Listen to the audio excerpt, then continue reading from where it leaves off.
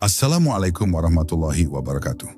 Bisakah ketenangan batin yang dicari ribuan tahun lalu, kini diukur dan dibuktikan di laboratorium modern? Dapatkah spiritualitas kuno benar-benar memiliki peta jalan yang lebih akurat menuju kedamaian pikiran daripada obat-obatan dan terapi modern? Tahukah Anda sebuah rahasia kuno yang tersembunyi dalam 3 huruf suci, Alif Lam Mim, sedang membongkar misteri terbesar otak manusia. Sebuah rahasia yang kini diakui oleh para ilmuwan. Simpan rasa skeptis Anda sejenak. Hari ini kita akan bedah bagaimana praktik zikir Alif Lam Mim yang diajarkan dalam ilmu makrifat ternyata selaras bahkan mendahului temuan neuroscience modern tentang brainwave dan ketenangan sejati. Inilah perpaduan epik antara hakikat diri yang mendalam dan ilmu pengetahuan mutakhir. Pertanyaan abadi dan kode spiritual kuno. Pencarian ketenangan adalah inti dari perjalanan spiritual setiap manusia, sebuah hasrat yang melintasi zaman dan peradaban. Jauh sebelum munculnya MRI dan alat pemindai otak, para arif billah dan sufi telah menemukan teknologi batin untuk mengendalikan gejolak pikiran. Mereka tidak mengandalkan data statistik, melainkan pada pengalaman langsung dari kedalaman hati. Inilah fondasi dari semua ajaran tasawuf, bahwa ketenangan sejati berasal dari penyatuan kembali dengan sumber ilahi. Dalam khazanah Islam ada isyarat-isyarat yang melampaui makna literalnya, yang berfungsi sebagai kunci menuju hakikat diri. Salah satunya adalah rangkaian huruf muqatta'ah, di antaranya yang paling agung dan misterius, Alif Lam Mim. Ini bukanlah sekadar susunan huruf pembuka dalam Quran, surat Al-Baqarah, melainkan sebuah kode spiritual, sebuah isyarat ilahi. Para ahli makrifat melihatnya sebagai simbol hierarki wujud. Alif sebagai keesaan Tuhan, Allah Subhanahu wa Ta'ala, Lam sebagai perantara, Jibril atau Ruh, dan Mim sebagai Muhammad Shallallahu Alaihi Wasallam atau manifestasi manusia. Memahami Alif Lam Mim adalah memasuki ruang sunyi di mana logika berhenti dan intuisi mengambil alih. Para sufi meyakini bahwa ketiga huruf ini mewakili tingkatan penyaksian dari tauhid alif hingga penerimaan utuh mim. Karena itu, zikir yang berpusat pada pemahaman ini bukanlah sekadar mengucapkan kata-kata, melainkan upaya keras untuk menyelaraskan kesadaran diri dengan 3 tingkatan hakikat tersebut. Zikir ini adalah pintu menuju kesadaran kosmik, bukan hanya meditasi biasa. Konsep ini kemudian diintegrasikan ke dalam praktik batin yang dikenal sebagai zikir nafas atau zikir sir, zikir rahasia diam. Ini adalah praktik yang menggeser fokus dari suara lisan ke ritme nafas dan detak jantung. Tujuan utamanya adalah mencapai hudur atau kehadiran penuh. Disinilah letak kuncinya, beralih dari pikiran yang ramai, busy mind, ke hati yang hening, silent heart, menjadikannya fokus tunggal dari keberadaan. Zikir yang menggunakan nafas sebagai media adalah upaya untuk memurnikan esensi nafas yang merupakan ruh, mengembalikannya ke asal ketuhanannya.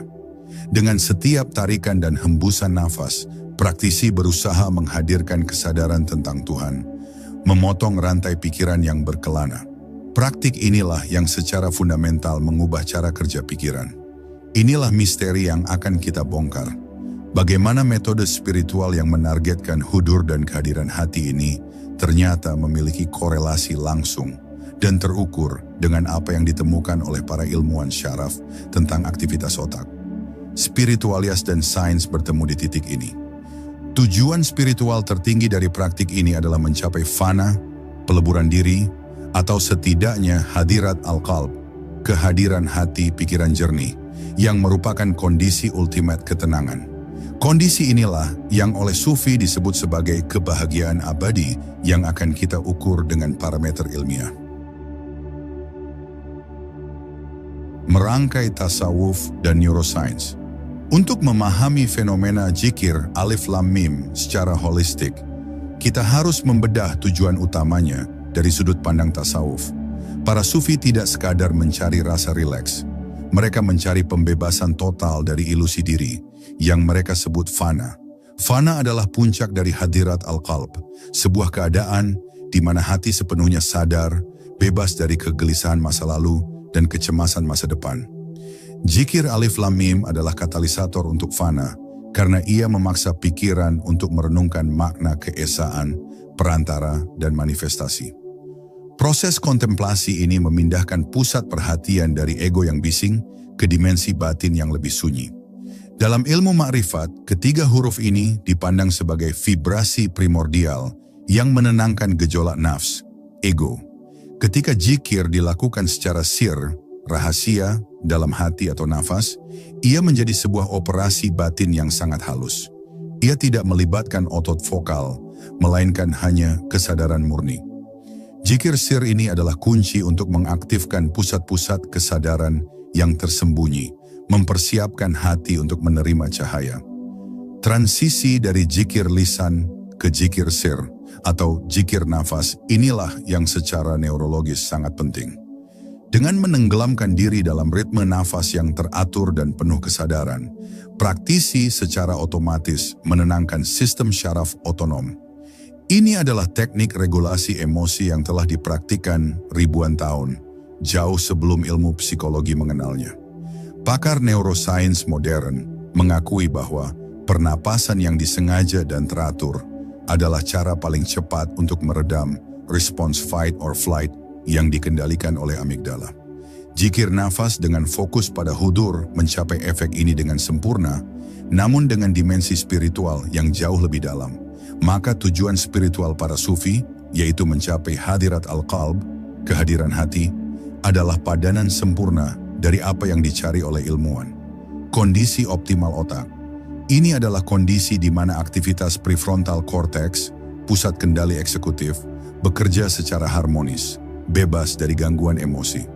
Inilah saatnya untuk meletakkan karpet terbang tasawuf sejenak dan beralih ke meja penelitian. Koneksi ini sangat penting, karena ia memberikan validasi ilmiah pada praktik yang sering dianggap hanya sebatas dogma kepercayaan. Sekarang ilmu pengetahuanlah yang menoleh kepada para sufi. Jembatan sains, gelombang, otak, dan ketenangan. Lalu, apa hubungannya semua praktik kuno ini dengan gelombang otak dan pemindai mahal di laboratorium? Jawabannya terletak pada bahasa universal otak kita, yaitu brainwaves atau gelombang otak. Ilmuwan menemukan bahwa kondisi mental kita, dari stres, fokus, santai, hingga tidur, semuanya diterjemahkan ke dalam frekuensi listrik di otak. Frekuensi-frekuensi ini dapat dikategorikan menjadi beberapa jenis. Beta adalah gelombang saat kita aktif, cemas, atau sangat fokus pada tugas eksternal. Ini adalah frekuensi pikiran yang ramai dan stres. Di sisi lain, alfa adalah frekuensi yang muncul saat kita rileks, menutup mata, atau dalam kondisi meditasi ringan. Namun, ketenangan batin yang dicari dalam zikir dan tasawuf tidak berhenti di alfa. Praktik mendalam menargetkan theta. Theta adalah frekuensi yang terkait dengan tidur ringan, mimpi, atau keadaan deep contemplation, perenungan mendalam. Ini adalah gerbang menuju alam bawah, sadar, memori, dan kreativitas yang intens. Ketika seseorang melakukan zikir sir atau zikir nafas dengan penuh hudhur, ia secara aktif menekan dominasi beta, pikiran yang ramai, dan mendorong munculnya alfa dan theta. Ketenangan batin yang dicari sufi, yaitu hadirat al-qalb, secara neurologis identik dengan dominasi gelombang alfa dan theta secara bersamaan. Inilah bukti ilmiah yang memukau. Meditasi mendalam yang merupakan praktik serupa dengan zikir secara konsisten menghasilkan lonjakan energi theta. Kondisi ini memungkinkan praktisi untuk mengakses kedalaman batin tanpa tertidur, sebuah keadaan yang sempurna untuk murakabah, kontemplasi, dan merasakan kehadiran Tuhan. Tegaskan bahwa ketenangan batin yang dicari oleh para sufi identik dengan kondisi biologis yang terukur, dominasi gelombang alfa dan theta.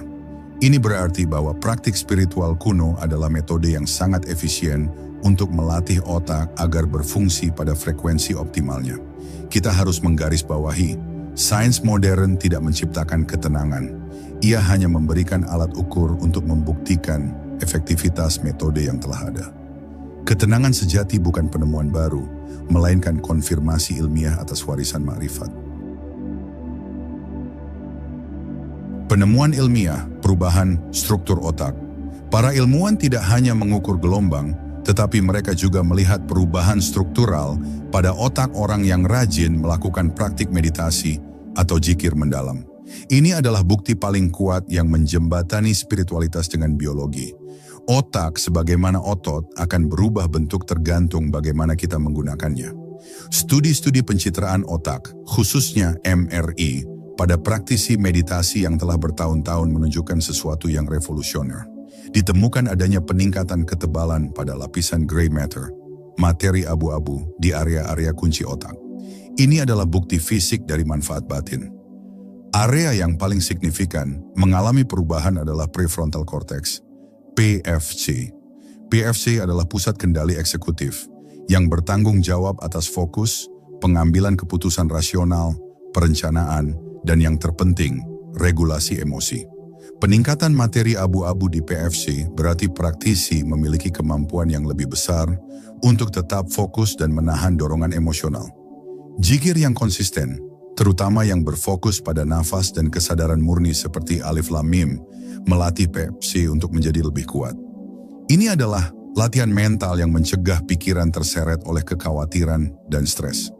Ketenangan batin tidak lagi menjadi konsep filosofis, tetapi hasil dari peningkatan kepadatan neuron.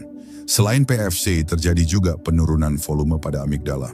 Amigdala adalah pusat respons rasa takut, kecemasan, dan stres dalam otak. Ketika amigdala mengecil atau kurang aktif, reaksi emosional kita terhadap pemicu stres menjadi lebih tenang. Inilah keajaiban dari praktik spiritual. Dengan memfokuskan hati pada hudur, kehadiran melalui zikir, kita secara fisik merombak arsitektur otak kita. Kita benar-benar membangun otak yang lebih tenang dan lebih berdaya tahan terhadap gejolak dunia. Jadi ketika para sufi berbicara tentang pembersihan hati, tazkiyatun nafs, secara ilmiah mereka sedang berbicara tentang neuroplastisitas, kemampuan otak untuk berubah dan beradaptasi. Tujuan spiritual dan fisik menjadi satu kesatuan yang tidak terpisahkan. Zikir Alif, Lam Mim, dan dominasi Theta. Mari kita fokus pada bagaimana praktik spesifik zikir Alif Lam Mim menghasilkan gelombang yang didominasi oleh alfa dan theta. Ingat, zikir ini sering dilakukan secara sir atau zikir nafas, yaitu dengan fokus penuh pada nafas masuk dan nafas keluar, sambil menghadirkan makna Alif Lam Mim dalam hati. Zikir Alif Lam Mim adalah praktik berulang, repetitive practice, yang memiliki efek hipnotik dan menenangkan pada pikiran. Pengulangan ini secara ilmiah terbukti efektif untuk menekan aktivitas kortikal yang bising, gelombang beta. Seolah-olah kita mematikan suara bising di otak. Karena dilakukan secara silent atau nafas, zikir ini memaksa otak masuk ke kondisi deep focus tanpa adanya stimulasi eksternal. Inilah momen krusial yang menghasilkan lonjakan dominasi gelombang theta. Theta adalah gerbang antara sadar dan bawah sadar. Dalam kondisi theta, kita berada dalam keadaan hyper-awareness, kesadaran tinggi yang sangat tenang. Inilah saat di mana ide-ide kreatif muncul, dan yang terpenting, inilah kondisi optimal untuk hadirat al-qalb, atau kehadiran hati. Kondisi ini memungkinkan terjadinya sinkronisasi unik antara belahan otak kiri, logika, dan kanan, intuisi. Sinkronisasi ini yang diukur oleh ilmuwan menghasilkan perasaan kesatuan dan ketenangan mendalam yang sangat mirip dengan pengalaman spiritual para sufi. Zikir menjadi sebuah biofeedback mechanism yang disengaja. Kita menggunakan kesadaran untuk mengatur frekuensi otak. Para arif billah telah menguasai biofeedback ribuan tahun lalu tanpa perlu mesin-mesin canggih. Intinya kondisi hadirat al-qalb yang dicari sufi, yaitu hadirnya hati yang jernih dan tercerahkan, terbukti secara ilmiah sebagai kondisi optimal brain function yang dicirikan oleh dominasi gelombang alfa theta. Sains hanya memvalidasi bahwa jalan spiritual adalah jalan yang paling efisien menuju kesejahteraan mental. Memahami hakikat Alif Lam Mim untuk implementasi praktis. Setelah memahami korelasi ilmiahnya, Sekarang kita harus kembali ke esensi spiritual untuk implementasi praktis. Zikir Alif Lam Mim bukan mantra yang diulang tanpa makna.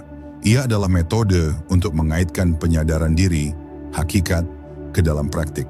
Ingat, Alif melambangkan keesaan Tuhan, Lam melambangkan perantara, dan Mim melambangkan manifestasi. Dalam konteks zikir nafas, ini harus diinternalisasikan. Saat nafas masuk, hadirkan kesadaran tentang energi ketuhanan, Alif, yang mengalir ke dalam diri. Saat menahan nafas sejenak, jika dilakukan, hadirkan kesadaran tentang koneksi, Lam, antara diri dan sumbernya. Dan saat nafas keluar, hadirkan kesadaran tentang pelepasan segala ego dan manifestasi kotor, Mim, dari diri. Ini adalah penyucian yang dilakukan secara fisik dan spiritual. Panduan praktis ini harus dilakukan dengan niat penuh, hudur, kehadiran penuh. Jangan biarkan pikiran terganggu oleh urusan dunia. Jadikan setiap tarikan nafas sebagai momen tunggal penyembahan dan penyatuan. Kunci keberhasilan zikir ini adalah fokus yang lembut namun mantap. Ketika pikiran mulai berkelana, yang pasti terjadi, jangan menghakimi. Kembalikan saja fokus secara perlahan ke ritme nafas dan makna Alif Lam Mim.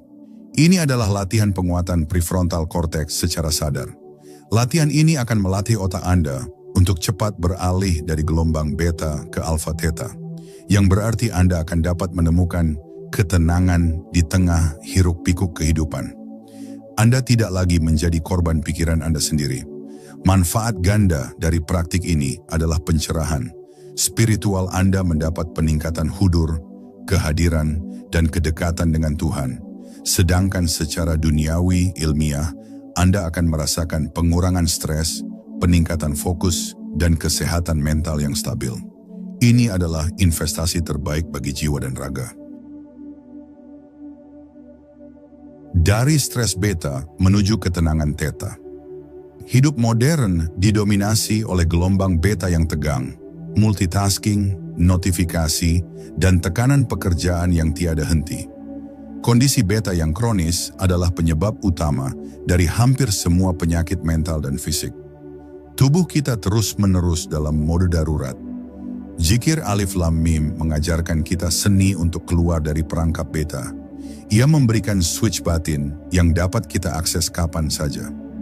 Dengan menenggelamkan diri dalam ritme nafas, kita secara sadar memberikan sinyal kepada sistem syaraf, sekarang aman, sekarang tenang. Pergeseran dari beta ke alfa dan theta tidak terjadi secara kebetulan. Ia adalah hasil dari disiplin dan repetitive practice yang konsisten. Semakin sering kita melatih diri untuk fokus pada hudur, semakin cepat otak kita dapat mencapai kondisi optimalnya. Kondisi theta adalah tempat keajaiban batin terjadi. Dalam tidur ringan atau meditasi mendalam, inilah saat di mana kita dapat menanamkan afirmasi positif ke alam bawah sadar, dan yang terpenting dalam konteks spiritual, saat di mana intuisi dan petunjuk ilahi menjadi lebih jelas. Praktik zikir nafas ini secara halus menyingkirkan sampah mental yang telah menumpuk di alam bawah sadar, membersihkan hati dari dendam dan kecemasan. Ini adalah detox mental yang tak tertandingi keefektifannya. Ketenangan yang dihasilkan dari zikir bukanlah ketidakpedulian, melainkan kehadiran yang sangat kuat, yang memampukan kita untuk bertindak dengan kebijaksanaan, bukan reaksi emosional. Kita menjadi penguasa batin kita sendiri. Inilah kunci untuk menjalani hidup secara optimal. Memiliki kemampuan untuk menggeser frekuensi mental sesuai kebutuhan. Zikir adalah perangkat lunak, software, yang telah diinstal oleh ajaran makrifat untuk sistem biologis, hardware kita. Mengapa zikir lebih dari sekadar meditasi? Meskipun zikir dan meditasi menunjukkan kesamaan dalam efek neurologis, penting untuk membedakan dimensi spiritualnya. Meditasi seringkali bersifat sekuler dan bertujuan pada kesejahteraan mental semata. Zikir, khususnya dalam konteks Alif Lam Mim, memiliki dimensi transenden. Tujuan zikir adalah hudur, kehadiran, yang berujung pada taqarrub ilallah, pendekatan diri kepada Tuhan. Ketenangan otak yang dihasilkan bukanlah tujuan akhir, melainkan efek samping yang indah dari perjalanan menuju hakikat diri. Ketika praktisi zikir memfokuskan diri pada makna alif lam mim, mereka menghubungkan aktivitas mental mereka dengan sumber energi tertinggi.